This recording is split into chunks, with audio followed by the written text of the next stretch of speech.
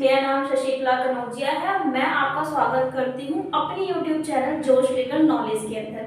और आज की वीडियो में हम ये कवर करेंगे कि सेक्शन 2 जो सीआरपीसी का सबको डर लगता है कि किस तरीके से याद करना है, तो विद इन 5 मिनट्स और 10 मिनट्स याद करते समय आपको 10 मिनट्स या 20 मिनट्स लग सकता है, बट जब आप रिवाइज करते लोगे तो 2 मिनट में आप इसको बहुत जल्दी इजीली याद कर लोगे। और विद मतलब लाइन से कि ए पे क्या है, बी पे क्या है, ये बहुत ज्यादा इंपॉर्टेंट है पॉइंट ऑफ एग्जाम। जो डिस्ट्रिक्ट एग्जाम से वो डायरेक्ट क्वेश्चन पूछता है कि 2H क्या है, तो आप बता नहीं पाओगे इन्वेस्टिगेशन, मतलब बहुत कुछ है इसके अंदर। इसकी जो डिटेल होगी ना, मैं एक एक मतलब समझाऊंगी, वो फर्दर वीडियोस में होगी, बट इसमें ओनली सेक्शन 2 को किस तरीके से याद करना है वो है। तो चलो स्टार्ट करते हैं। अपन जैसे पहले याद कर लेते हैं, हमने सीपीसी के सारे ऑर्डर्स बहुत अच्छे से याद किए थे कहानी बना के, इसको भी हम कहानी के तौर पे याद करेंगे। मुझे तो कहानी के तौर पे याद होता है, अगर किसी और को किसी और मेथड से याद होता है या किसी और को और तरीका पता है तो प्लीज मुझे कमेंट बॉक्स में बताएं। मैं शायद थोड़ा सा अडॉप्ट कर लूं उस कमेंट को, उस मेथड को, और ट्राई करूं मैं उस मेथड से समझाने की। सबसे पहले बेलेबल ऑफेंस।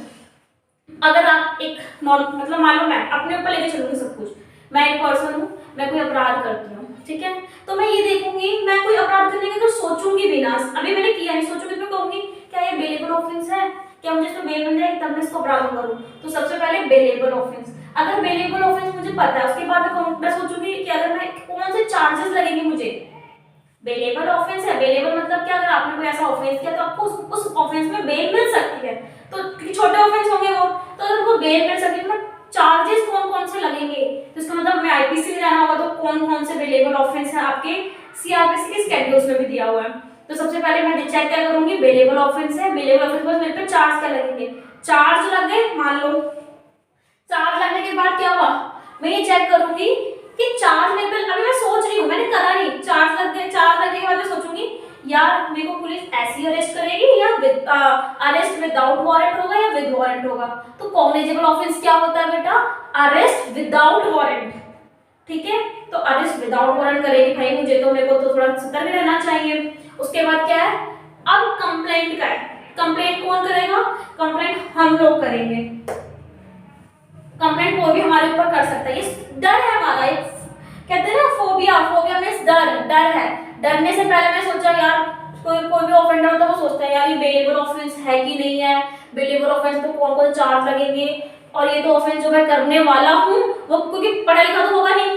अगर जो पढ़ा लिखा जो होगा ऑफेंडर वो तो बहुत सोच समझ के करेगा, पढ़ा लिखा नहीं है, मतलब मान लो गवार है, तो वो ये सोचेगा यार ये तो कॉग्निजेबल ऑफेंस अगर हो गया तो पुलिस मेरे को विदा अरेस्ट कर देगी, और फिर कम लोग भी मेरे पे कंप्लेन कर देंगे। तो याद हो गया सेक्शन ए में क्या है, सॉरी सेक्शन 2 क्लॉज ए में क्या है बेटा, बेलेबल ऑफेंस चेक करना, बी में क्या है चार्ज देखना, सी में क्या है, सी में कॉग्निजेबल ऑफेंस है कि नहीं है, डी में क्या करना, उसको कंप्लेन कर देना। अब कंप्लेंट मान लो हो गई, मान लो किसी ने मेरे खिलाफ कंप्लेंट कर दिया, सोच रही हूँ मतलब कर दिया, मतलब अभी सोचने में ही है, तो क्या होगा, कंप्लेंट कर दिया, अब मेरे को हाई कोर्ट का डर है कि हाई कोर्ट मुझे पनिशमेंट देगा। फिर मेरे मन में क्या है, अरे मैं तो इंडिया में रहती हूँ, इंडिया में तो बहुत सारे प्रोसीजर है, इंडिया में पहले इंक्वायरी होगी, इन्वेस्टिगेशन, लाइन से इंक्वायरी होगी, इन्वेस्टिगेशन होगा, फिर जुडिशियल प्रोसीडिंग होगी, जुडिशियल प्रोसीडिंग जब जज बैठेगी, पुलिस इंक्वायरी करती है ना, इन्वेस्टिगेशन पुलिस ही करती है, मजिस्ट्रेट करता है, इंक्वायरी होगी, इन्वेस्टिगेशन होगा, और क्या उसके बाद क्या होगा बेटा, जुडिशियल प्रोसीडिंग होगी, जुडिशियल प्रोसीडिंग से जज क्या चेक करेगा क्या इसका लोकल जुरिडिक्शन था या नहीं था, इतने सारे प्रोसीजर। अभी मैं थोड़ा हिम्मत देख रही हूँ कि होता ना एक डर है मुझे, डर के बाद थोड़ी सी हिम्मत है यार मैं तो इंडिया में रहती हूँ, ये करूंगी, बहुत लंबा प्रोसेस है, क्या पता चले मैं बच सकूं।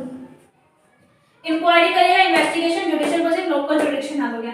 अब लोकल जुरिडिक्शन के बाद उसने क्या चेक किया, ये तो मेट्रोपॉलिटन एरिया में रहता है, वेट बेटा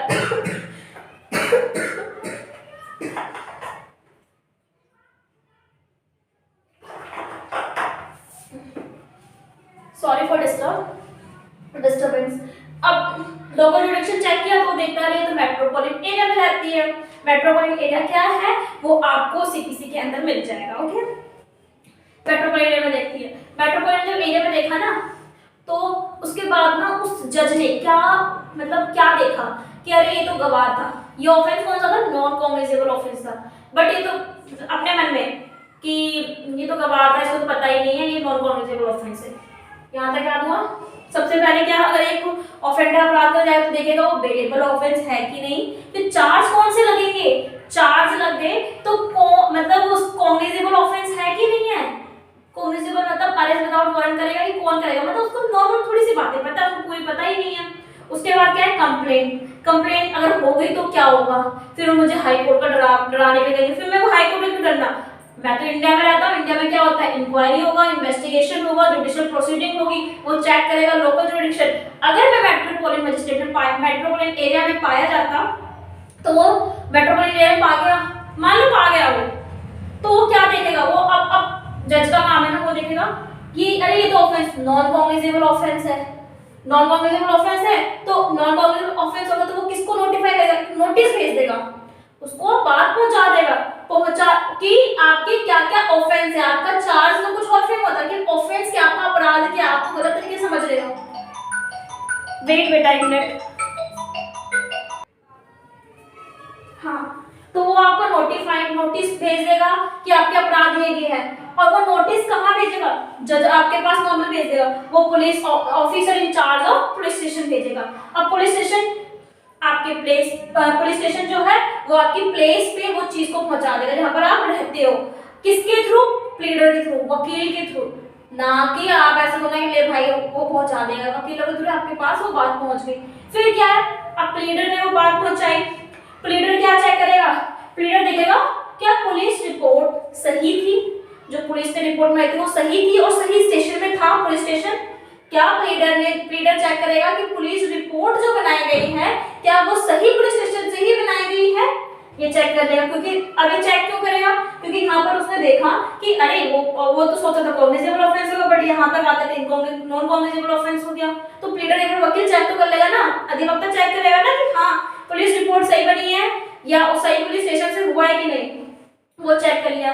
फिर टी क्या बोलता है, प्रिस्क्राइब। बेटा थोड़ा सा आपको ये याद करना है प्रिस्क्राइब कि क्या जो कानून उसके अंदर लिखे हैं, या जो कानून छोड़ो, ये जो पनिशमेंट जो ऑफेंस लिखा है क्या वो प्रिस्क्राइब है, सही लिखा है कि नहीं लिखा, लिखा हुआ है। तो वो क्या करता है, पब्लिक प्रोसिक्यूटर। अब ये प्लीडर होता है जो आपके प्राइवेट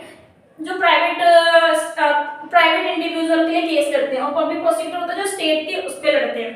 अब प्रिस्क्राइब है तो वो क्या करेगा, उस रिपोर्ट को किसको पहुंचा देगा, पब्लिक प्रोसिक्यूटर को, भैया मैंने तो ये चेक कर लिया, मेरा नॉर्मल काम था, अब आप सरकारी वकील हो, आप चेक करो।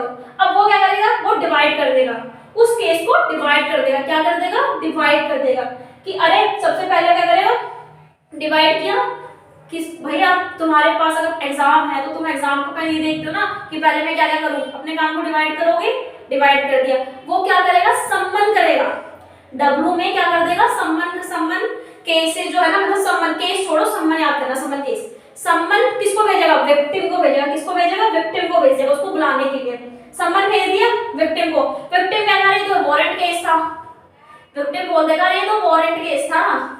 उसके बाद क्या है, वर्ड एंड एक्सप्रेशन, ये तो मतलब इसको हटा ही दो, वैसे ये आता नहीं एग्जाम में, ऐसे दे रखा है इस टाइम, ठीक है। तो आई होप आपको याद होगा, एक बार दोबारा रिपीट कर लेते हैं। सबसे पहले बेलेबल ऑफेंस, बेलेबल ऑफेंस क्यों, क्योंकि मान लो मैं हूँ, मेरे को फोबिया हो रखा है, मतलब फोबिया डर है कि मैं ऑफेंड को अपराध करने वाली हूँ, तो मैं देखूंगी क्या बेलेबल ऑफेंस है, चार्ज क्या लगेगा, सी पे मेरी कॉग्निजेबल ऑफेंस है कि नहीं है, कंप्लेंट भी लिखी जाएगी, अरे हाई कोर्ट से, हाई कोर्ट का डर है मुझे, फिर मैं सोचूंगी अरे यार छोड़ सब कुछ, इंडिया ही तो है, इंक्वायरी होगी, इन्वेस्टिगेशन होगा, जुडिशियल प्रोसीडिंग होगी, फिर क्या होगा, लोकल जुडिशियल चेक करेंगे। अगर मेट्रोपॉलिटन एरिया में पाया गया तो क्या होगा, तब जाकर वो देखेंगे कि अरे ये ऑफेंस जो था नॉन कॉग्निजेबल था, मतलब कोर्ट को गुमराह करने का कि मैं गुमराह कर सकता हूँ, मैं ऑफेंस ऐसा कॉग्निजेबल करूं बट फिर बाद में उनको लगे, उनको पता चले कि नॉन कॉग्निजेबल ऑफेंस था।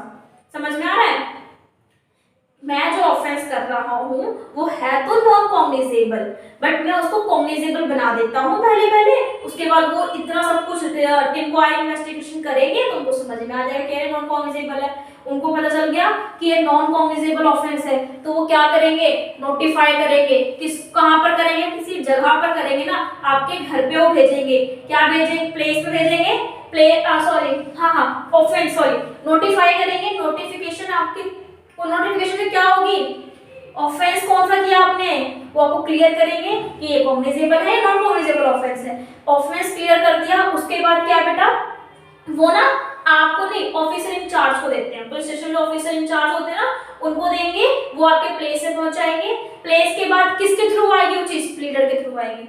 पुलिस ऑफिसर में आया तो वो आपके प्लेस में नहीं जाएंगे, वो एक आपके वकील को बुलाएंगे और दे देंगे, वो आपके प्लेस पे पहुंचा देगा। ठीक है। प्लीडर प्लीडर क्या चेक करेगा कि क्या जो रिपोर्ट बनाई गई है, कि पुलिस रिपोर्ट जो बनी है, क्या वो पुलिस स्टेशन सही स्टेशन में बनी है? अगर वो सही स्टेशन में बनी है तो वो प्रिस्क्राइब करेगा सब कुछ, और वो पब्लिक प्रोसिक्यूटर को भेजेगा, भैया मैंने तो अपना प्राइवेट काम सारा कर लिया, आप सरकारी वकील हो, सरकारी काम करो। तो पब्लिक प्रोसिक्यूटर क्या करेगा? सम्मन केसेस, पब्लिक प्रोसिक्यूटर होता है कि समन केसेस में समन उसको बुलाएगा। किसको बुलाएगा? विक्टिम को बुलाएगा। जब विक्टिम आए, विक्टिम का मेरा केस तो वारंट केस था, तुमने समन कैसे दे दिया? वारंट केस है। तो समन और वारंट में पता हो आपको, समन होता है जो 2 साल की इसकी पनिशमेंट होती है ना, उससे कम की, और वारंट केस में जिसकी पनिशमेंट 2 साल से ज्यादा की होती है। तो वारंट केस आ गया, उसके बाद क्या कर दिया इसने? Warden expression. आई होप आपको ये क्लियर होगा। अगर आपको मेरी वीडियो पसंद आती है तो प्लीज इसे लाइक करें, कमेंट करें, शेयर करें, और ऑल्सो सब्सक्राइब माय चैनल, ताकि ऐसे ट्रिक की कि किस तरीके से हमें सेक्शंस याद करना है, उसकी वीडियोस आपको मेरे चैनल पे मिल जाएगी। और अगर आपका आरजीएस का एग्जाम है तो प्लीज अच्छे से पढ़ना सारे क्वेश्चंस को, और अच्छे से एग्जाम देना। नेगेटिव मार्किंग है नहीं, इसीलिए अगर नेगेटिव मार्किंग होती है तो हमें डर लगता है, तो हम सारे एग्जाम्स को मतलब क्वेश्चंस को टिक नहीं करते, हम सोचते छोड़ो।